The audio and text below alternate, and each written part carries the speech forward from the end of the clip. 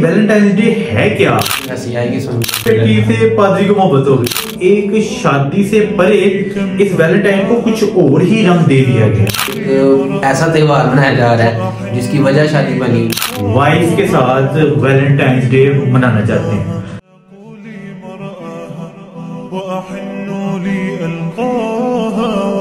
बिस्मिल्लाहिर्रहमानिर्रहीम। अस्सलाम वालेकुम। मेरा नाम है इमरान अली भट्ट। वेलकम टू खताए क्लब। आज के हमारे पॉडकास्ट का मकसद जो वैलेंटाइन डे के नाम से एक त्योहार हर साल पूरे जोरों शोर से तमाम दुनिया में मनाया जा रहा है, उसके ऊपर हम आज बात करेंगे। और उसके लिए हमने दावत दी है हाफिज अब्दुल्ला ताहिर साहब को। अब्दुल्ला भाई, आपको वेलकम करते हैं। कैसे हैं आप? अल्हम्दुलिल्लाह, आप बताएं। अल्हम्दुलिल्लाह अल्हम्दुलिल्लाह, शुक्र अल्लाह का।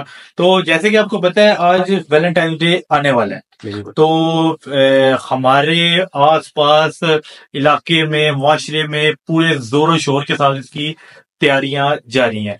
अब्दुल्ला भाई, हमें पहले ये बताएं कि ये बेसिकली वैलेंटाइन डे है क्या, ये आया किधर से? इमरान भाई, बेसिकली इसकी जो हिस्ट्री है बड़ी सिंपल सी है, तो आपको भी थोड़ी हंसी आएगी सुन के, क्योंकि है ही हंसी है। ओके। तो ये क्लॉडियस था, एक बादशाह था रोम का। उसने अपनी ना फौज पे पाबंदी लगा दी कि मेरी फौज के जवान शादी नहीं कर सकते।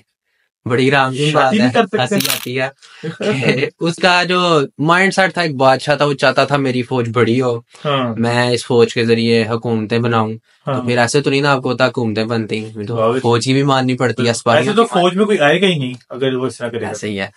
तो उसने पाबंदी लगाई। तो अब मुकामी एक चर्च था, उधर का एक पादरी था सेंट वैलेंटाइन।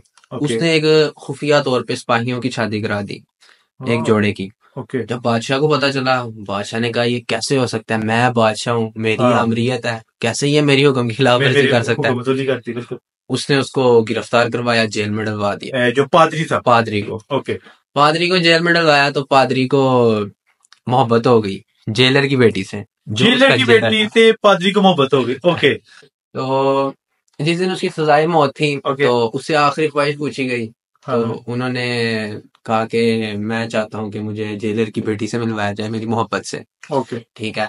तो अब वो जो उसकी बेटी थी वो नबीना थी, जो हिस्ट्री में आता है कि नबीना थी उसकी बेटी। ठीक है। अच्छा, इसमें एक हिस्ट्री ये भी मिलती है कि उसने उसके लिए दुआ की, उसकी आंखें वापस आ गई, लेकिन ये बहुत कम इसरा मिलता है। लेकिन ये है कि उसको मिलवाया गया, 14 फरवरी का दिन था, उसको मिलवाया गया और उसी दिन उसको सजाए मौत दे दी गई, फांसी दे दी गई। और फिर वो और आज का दिन 14 फरवरी, 14 फरवरी के नाम से, वैलेंटाइन डे के नाम से आज सोसाइटी में। अच्छा, यानी कि वैलेंटाइन डे जो ये इसका नाम है वो उस ईसाई पादरी के नाम से ही चला है। बिल्कुल उसी के नाम से। तो जैसे अब्दुल्ला भाई आप बता रहे हैं इसकी हिस्ट्री के बारे में कि हम तो यहाँ पे देख रहे हैं कि यहाँ पे भी पीछे वजह एक शादी ही थी। लेकिन आज हम देखते हैं कि एक शादी से परे इस वैलेंटाइन को कुछ और ही रंग दे दिया गया है। ऐसे ही इमरान भाई, बहुत हैरानगी होती है कि एक ऐसा त्योहार मनाया जा रहा है जिसकी वजह शादी बनी, और जो पादरी था वो भी शादी करना चाहता था, उसको भी सजाए मौत हो गई। अब दो वजह इसकी हैं और दोनों वजह ही शादी की सूरत है। लेकिन हमारी सोसाइटी में क्या होता है कि गर्लफ्रेंड बॉयफ्रेंड, लड़का लड़की दोस्त बनते हैं, उनकी हदें जो है वो पार हो जाती हैं, अबूर कर देते हैं। तो ये फिर आपस में फिर 14 फरवरी के नाम से वैलेंटाइन डे बन रहा है।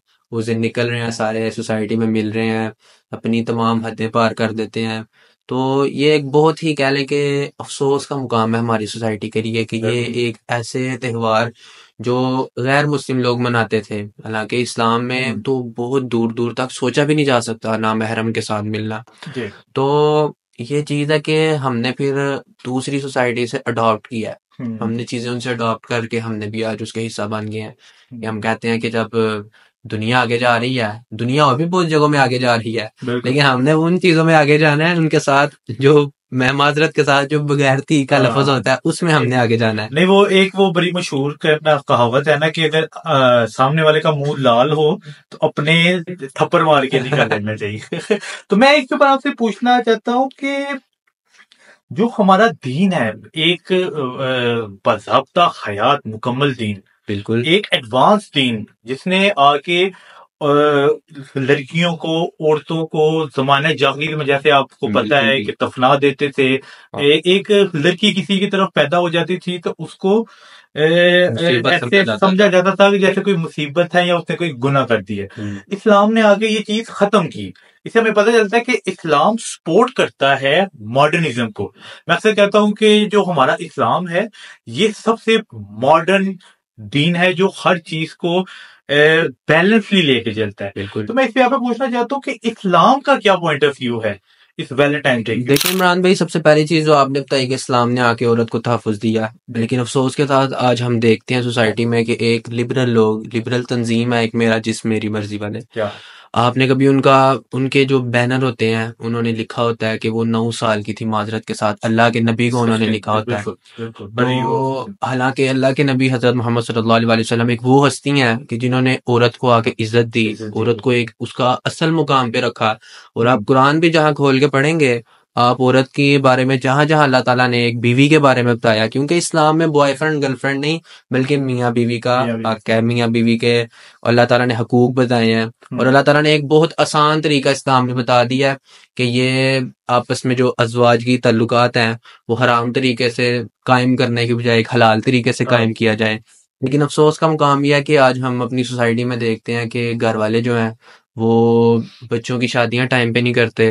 तो उसका नुकसान ये होता है कि 30-30 साल के नौजवान हो जाते हैं, लड़कियां भी इतनी एज में चले जाती हैं, फिर वो कहेंगे एक मजबूरी के तहत वो ये काम करने लग जाते हैं। तो आपने ये कहा कि इस्लाम एक मॉडर्न एक कल्चर देता है।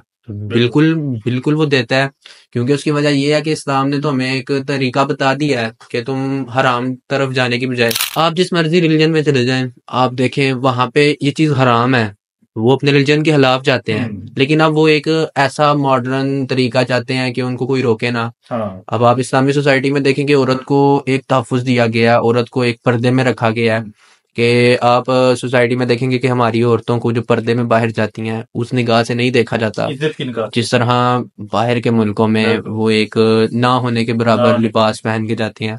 तो फिर ये चीजें तो सामने आएंगी कि वैलेंटाइन डे भी मनाया जाएगा। तो इस्लाम में पॉइंट ऑफ व्यू यही है कि बजाय ये कि हम हराम रिलेशन बनाएं, उसको हम हलाल तरीके से अपनाएं, क्योंकि अल्लाह ताला ने कुरान मजीद में फरमाया है कि अगर तुम्हें कोई औरत पसंद आ जाती है तो उससे दो दो चार चार।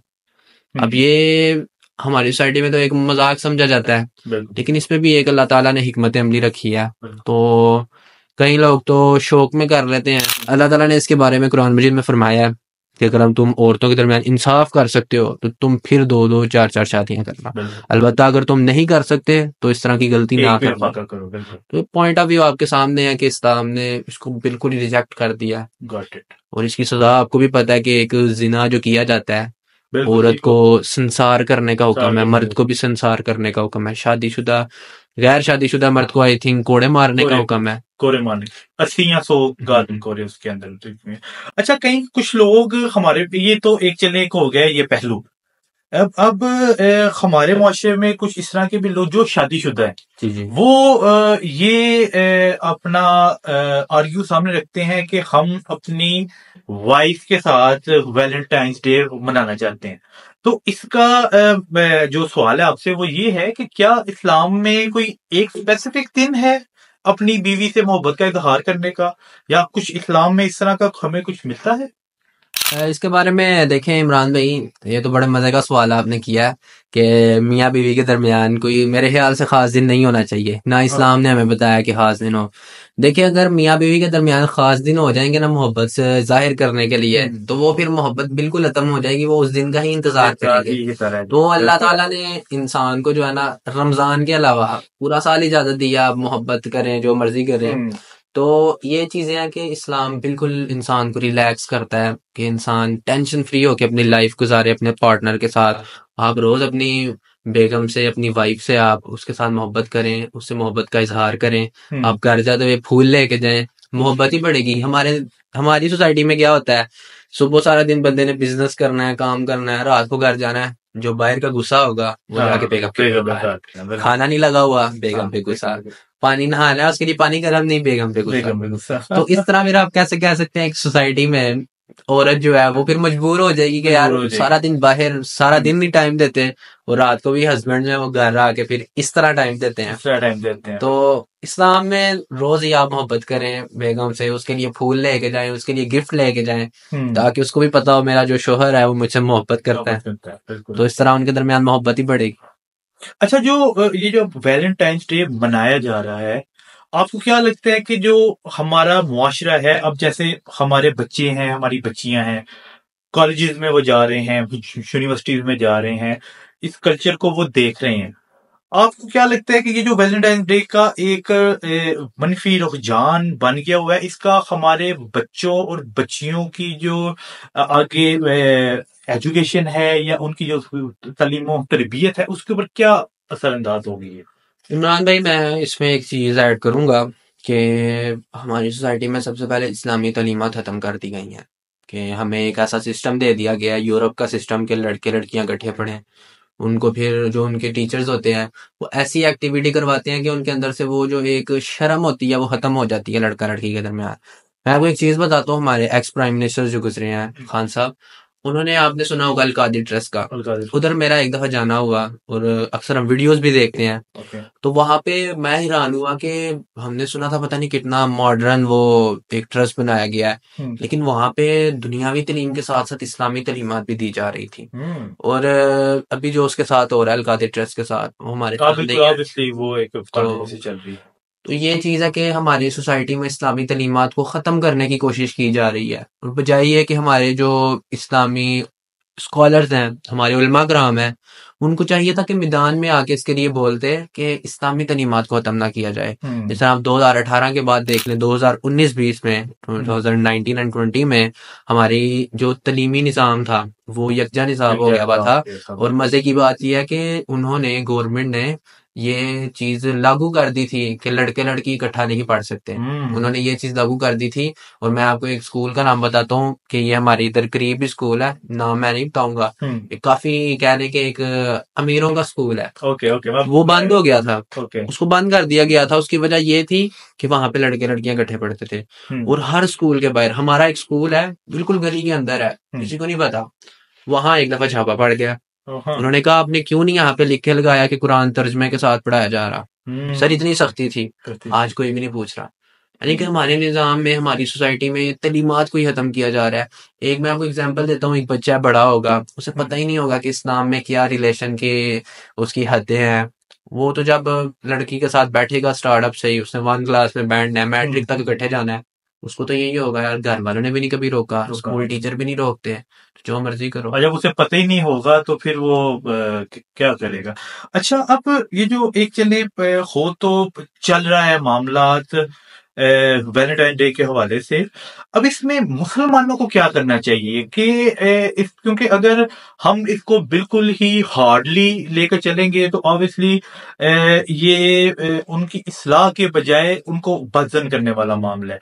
तो मुसलमानों को ऐसा कौन सा रवैया इख्तियार करना चाहिए कि अपने नौजवान लड़कों और लड़कियों की इस्लाह भी की जाए, और ये जो एक फितना खड़ा हो चुका है इसको दबाया भी जा सके? इमरान भाई, सबसे पहली चीज ये है कि हमें थोड़ी सी सख्ती करनी पड़ती है बच्चों पे। ठीक है, ये आप पे सख्ती हुई होगी, मेरे पे सख्ती भी है, हम इन कामों में नहीं है। उसकी वजह यह हमारे वालिदा ने हमारे ऊपर सख्ती की है, हमें इस्लामी तालीमात के करीब की है, हमें आज पता है। बेसिकली सबसे पहले एक काम जो हमारी सोसाइटी में करना होगा, और इसका वालिदैन को करना चाहिए मेरे ख्याल से, क्योंकि ये हमारे निज़ाम तलीम में नहीं हो सकता, कि आप अपने बच्चों को, एक सूरत निसा है, सूरत नूर है कुरान मजीद की, ये दो ऐसी सूरतें हैं कि ये मर्द और औरत को पढ़ा दी जाए ना, तो मेरे ख्याल से मर्द और औरत को अपने अपने जो उनकी हदें हैं वो पता चल जाएंगी। ठीक है, क्योंकि अब ये एक ऐसी चीज है कि हम जबरदस्ती नहीं कर रहे। एक बच्चे को हम कहेंगे यार आप ये कुरान पढ़ो, कुरान तो वो वैसे ही पढ़ता है, उसे हम कहेंगे यार आप तर्जमे से पढ़ो सूरत निसा, सूरत नूर, वो पढ़ेगा, वो कहेगा यार इस्लाम क्या कहता है। उसे कम से कम ये तो पता होगा ना, ये अल्लाह का कलाम है, ये किसी मौलवी का कलाम नहीं है, ना ये किसी पीर का कलाम है, ये अल्लाह का डायरेक्ट कलाम है जो अल्लाह के नबी के पास आया था।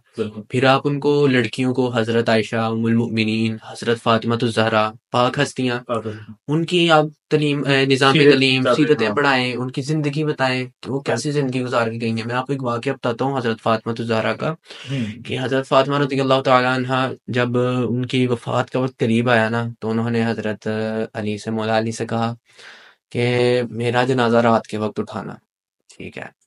तो वो बेसिकली अब रेगिस्तान के इलाके थे। हया का लेवल देखिए उनका। ये हमारी सोसाइटी में भला क्या कहता है कि दिल का पर्दा होना चाहिए, आंखों का पर्दा ज़ेब नहीं देता, ठीक है, चेहरे का पर्दा। अब वो मौला अली से कहा कि आपने मेरा जो है ना जनाजा रात के वक्त उठाना है। मौला अली हैरान हो गए कि आखिर क्या वजह है। उन्होंने कहा कि मुझे आपके अलावा और बच्चों के अलावा, अल्लाह के नबी के अलावा किसी ने नहीं आज तक देखा जिंदगी में। मतलब यही हया का लेवल है। या मैं चाहती हूँ कि रेगिस्तानी इलाका था, रात के दिन के वक्त ऐसा होता है हवाएं चलती हैं तो वो ऊपर से चादर ना उठ जाए। उन्होंने कहा रात के वक्त उठाना और मुझे रात के वक्त दफनाना। उनको फिर जनाजा रात के वक्त उठाया, दफनाया गया। कि एक औरत, उसको अपने मरने के बाद भी, इस दुनिया से जाने के बाद भी इस चीज का एहसास है कि यार मुझे कोई देख ना ले। आज हम किस तरह फिर रहे हैं, हम कहते हैं नहीं चेहरे का पर्दा ज़ेब नहीं देता, दिल का पर्दा होना चाहिए। आपकी इसी बात पे अब्दुल्ला भाई मैं कंटिन्यू करूंगा। मैं अपनी बहनों से मुहातिब होना चाहूंगा यहाँ पे कि देखें जोन जोन सी बहनें हमारी ये कहती हैं कि दिल का पर्दा होना चाहिए, चेहरे का कोई पर्दा नहीं है। तो मैं आपसे, मेरी बहनों, सिर्फ एक सवाल पूछूंगा, क्या आपका दिल हज़रत फातिमा तो ज़हरा से ज्यादा पाक है? एक मिनट के लिए जरा रियलाइज करें। क्या आपका दिल, क्या अब्दुल्ला भाई, क्या हमारी औरतों का दिल, हमारी पूरी, हमें, मेरी माएँ, मेरी बहनें, आपकी माएँ, आपकी बहनें, क्या कोई दावा कर सकता है कि उनका दिल हज़रत फातिमा तो ज़हरा से ज्यादा पाक है? नहीं हो सकता। हमारी आज की सोसाइटी के औरतों के दिल मिलाए जाए ना, जितनी भी, अब वलीउल्लाह भी मौजूद है, नेक औरतें, इनके दिल दूसरों के दिल मिलाए जाएं, तब भी जाके उनकी जिंदगी नहीं बनती जिस तरह वो जिंदगी गुजारती। बिल्कुल। तो जब वो अपने पर्दे का इतना ख्याल रखती थी, तो हमारी बेटियों को, हमारी बहनों को ये किसने सिखा दिया कि दिल का पर्दा होना चाहिए, चेहरे का पर्दा नहीं होना चाहिए? तो आपने कल को जाके अल्लाह ताला को जवाब देना है। तो हम तो यही कहते हैं, देखें अल्लाह ताला ने कुरान पाक में, अब्दुल्ला भाई देखें, जब फरमाया, पर्दे को हुक्म आया, तो अल्लाह ताला ने फरमाया, ए नबी, मर्द मोमिन से कहो कि अपनी नजरें झुका ले, और औरतों से कहो कि वो अपने चेहरे को चादर से ओढ़ लें। तो यहाँ पे पहले हुक्म मर्दों को है कि वो अपनी आंखें नीची रखें, लेकिन आप लोगों पे भी फर्ज है कि आप भी अपने आप की हिफाजत करें। You are very precious. Islam में औरत की बड़ी इज्जत से दी हुई है। मैं आपको एक और वाक़या बताता हूँ। हजरत मोहम्मद सल्लल्लाहु अलैहि वसल्लम, हजरत आयशा रजी अल्लाह तआला अन्हा उम्मुल मोमिनीन का ये रवायत है, सही बुखारी में है, मुस्लिम में भी है, कि वो फरमा रही हैं कि एक मरतबा, क्योंकि अल्लाह के नबी की जो बेगम थी, ये सबसे कम उम्र में इनकी शादी हुई थी। उसकी वजह ये है कि अरब ममालिक में कहा जाता है कि जो बलूगत है ये जल्दी आ जाती है, क्योंकि वो ऐसे गर्म इलाका है। तो ये तो हमारी सोसाइटी में इमरान भाई 18 साल का आ जाता है, लेकिन जो बलूगत है वो 12, 13, 14 साल में आ जाती है। तो ये 9 साल की एज में आना, शादी करना, ये कोई बड़ी बात नहीं है। ये ऐसे ही हमारी लिबरल सोसाइटी ने इसको बस अल्लाह के नबी को बदनाम करने के लिए काम किया, लेकिन अल्लाह ने फरमाया वरफ़अना लका ज़िक्रा, कि आपका जिक्र हमेशा बुलंद रहेगा। अच्छा, तो हज़रत आयशा रज़ी अल्लाह तआला अन्हा बयान करती हैं कि एक मरतबा बच्ची थी वो उस टाइम, कहती हैं कि मेरा दिल किया कि मैं खेलूं। तो हुआ ये कि मस्जिद नबी का सेन था, उसमें बच्चे खेल रहे थे। आज ये होता है कि हमारी मस्जिदों में कोई बच्चा चले जाए ना, उसे थोड़ा सा आवाज़ निकाल दे, उसे बेइज्जत करके निकाल दिया जाता है। वो बच्चा फिर सारी जिंदगी मस्जिद नहीं आता।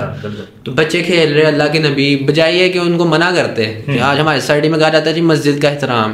तो बच्चों के लिए, उनके दिल में मोहब्बत पैदा करने के लिए ज़रूरी है कि उनको इजाज़त हो कि मस्जिद में आके खेलें, ठीक है, एक हाथ में। तो हज़रत आयशा फरमाती हैं कि अब अल्लाह के नबी ने पर्दे का भी एहतियात करनी थी, और मुझे वो दिखाना भी था कि बच्चे खेल रहे हैं।